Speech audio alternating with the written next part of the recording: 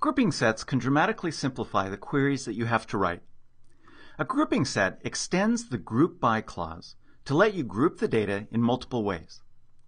With the grouping set clause, you can eliminate long union all clauses because the query will return one row for each unique value in the grouping columns. Furthermore, the rollup and cube operators can add superaggregates and multiple group combinations, which can add a light form of OLAP, or online analytical processing, to your regular relational queries. Grouping sets can be discouragingly abstract to talk about. So let me show you some examples of what this feature can do for you.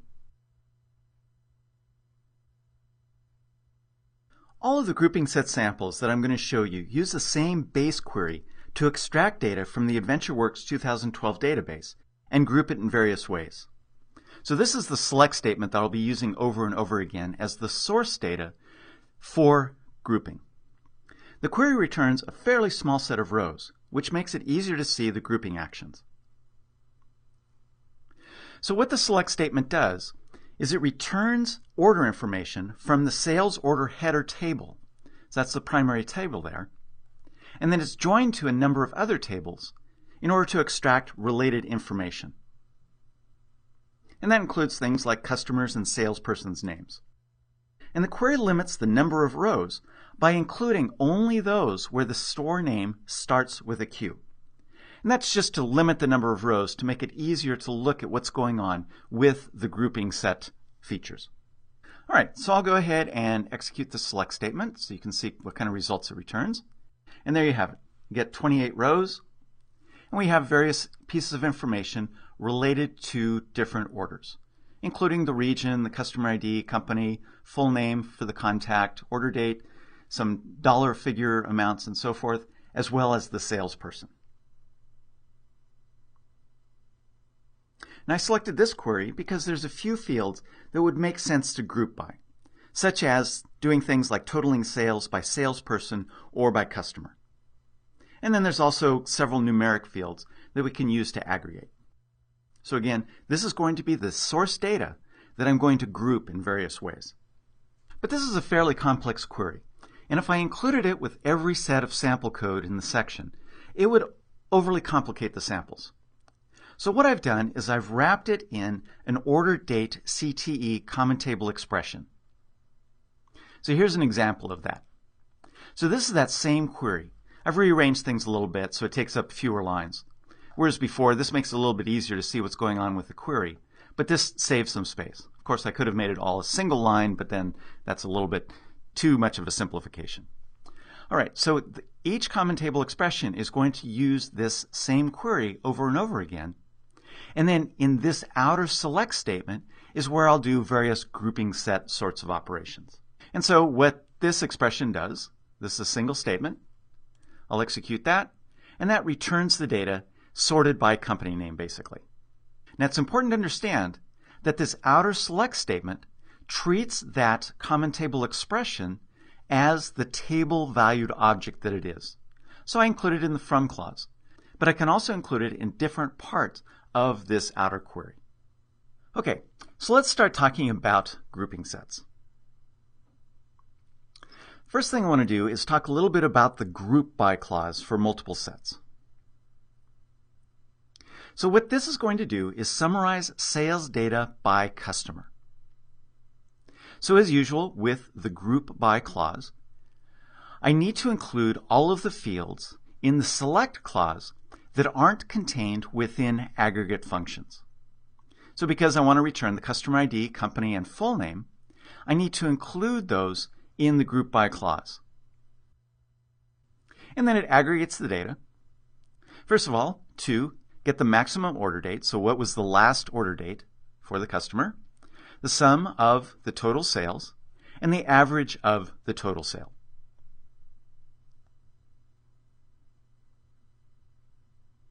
So what this is doing is this is using a single grouping. I'll go ahead and execute this. And there we have the results. So the results are grouped by company. Again, I'm using that same expression in the common table expression, so it's just companies that start with the letter Q. And there was the last order date, the total sales, and the average total sale amount. Okay, so great. You can get some summary information grouped by customer. But what if you want to group the data in various columns, not just by customer? So for example, what if you wanted to group by region, salesperson, and company, region and company, region and salesperson, region, company alone, salesperson alone, and then by all records for a summary of all of the data? Well, in SQL Server 2005 and earlier, you'd have to write a query that included one select statement for each set of groupings, and there's 7 in all, linked by union all. And here I have a statement that does just that. So I once again am doing this within a common table expression using that same select statement as I've been using. But then here are all of the individual grouping statements that I need to include. So here's the select statement that groups by region, salesperson, and company. Here's the one that groups by region and company, and that's union all with the previous results. Another one for region and salesperson, because that's another grouping that I need. Another one to group by region, by company, by salesperson, and then the all records option. So I'm not grouping these. This is summarizing the data for all of the rows. So I have a query with one select statement for each set of groupings, and again, linked with union all. And you have to keep in mind that I've already simplified this somewhat by including the logic that creates the data, that extracts the data, and extracted it up here within the common table expression. And yet I still have, this is all a single statement with all of these select statements and these union alls. And also, I need to be careful about the columns that I include in the select statement. So in this case, I'm grouping by region, salesperson, and company, so I want to return all 3 of those columns. But here I'm grouping by region and company. I'm not grouping by salesperson, so I just pass in a null for that missing value, or that missing column. Here I'm just using region and salesperson, so I include those 2 columns because the company column is irrelevant to that grouping. Here I'm just grouping by region, and so I have to pass a null for both the salesperson and the company, and just list the region, and so forth. Now, granted, the select statements are fairly similar. So if you start by getting one right, you can then copy and paste. But then you have to get the nulls in the select lists right, as well as the group by clause. And don't forget to include 3 nulls and no group by clause in the last select statement down here for the all records option. So they're similar select statements, but you have to edit each one fairly heavily in order to get it all working right. All right, so I will go ahead and execute this. I have to include that entire statement. That's a single statement. And I'll execute it. And there we have the results. All right, so here's the results for grouping by region, salesperson, and company. So I have all 3 of those fields returned. And then there's the summary information for each company, salesperson, and region. Here are the results for grouping by region and company. So I get null salesperson because I'm not grouping by that field. And so on down all of the results. So it's great that there's a way to generate this kind of grouping data. But there just has to be a better way. Well, and of course there is. You can use grouping sets. The thing about grouping sets is that you can convert this convoluted statement with all of these clauses and union alls in a much simpler form using a grouping set. So if I scroll down here, here's the grouping set version of that previous query. All those select statements and all the union alls and so forth. This is the exact same statement. It's going to return the results in a slightly different order, but you can solve that problem with sorting. So as I mentioned, grouping sets is an extension of group by. And so in order to define the grouping sets that I want to run with this query, then I just have to include a parentheses after this grouping sets clause, and then include a list of the columns that I want to group by, delimited with parentheses and a comma. And so I want to group by region, salesperson, and company, another grouping set on region and company, another on region and salesperson, region, company, salesperson, and the all records option. Okay, so I'll select this entire statement, including the common table expression, and execute this, and we end up getting the exact same results. As I mentioned, they're sorted a little bit differently. So here's an example of grouping by region, salesperson, and company. It's followed by region and company, and then just company, and then various other combinations. And you can scroll down, and if you were to carefully compare these results to the results of that previous query that I showed you, you'd find that they're identical. So in fact, there's the all records option with all three nulls and the summary information. So far simpler to write this kind of code.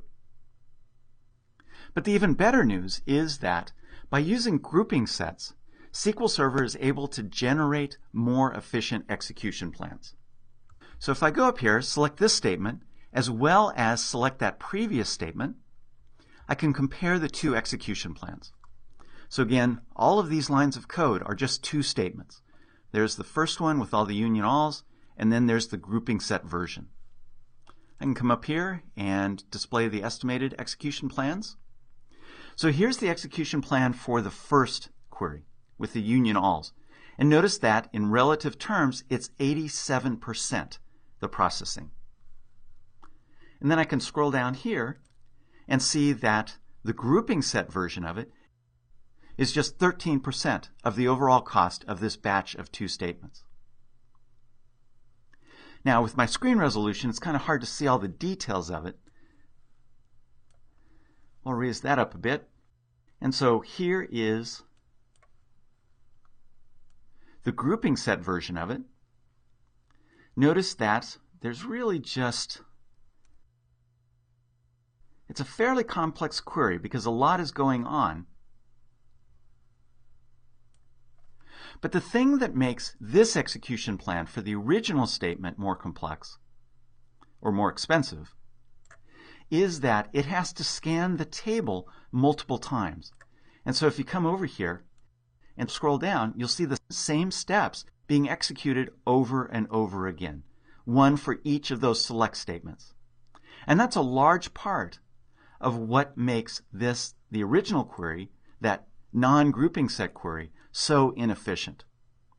The grouping set version down here only has to scan the table a single time. So it's much more efficient because SQL Server internally is able to do what all of those individual select statements did in the less efficient non-grouping set version of the query. And both of these queries can get even better. Notice that the execution plan says that there's a missing index.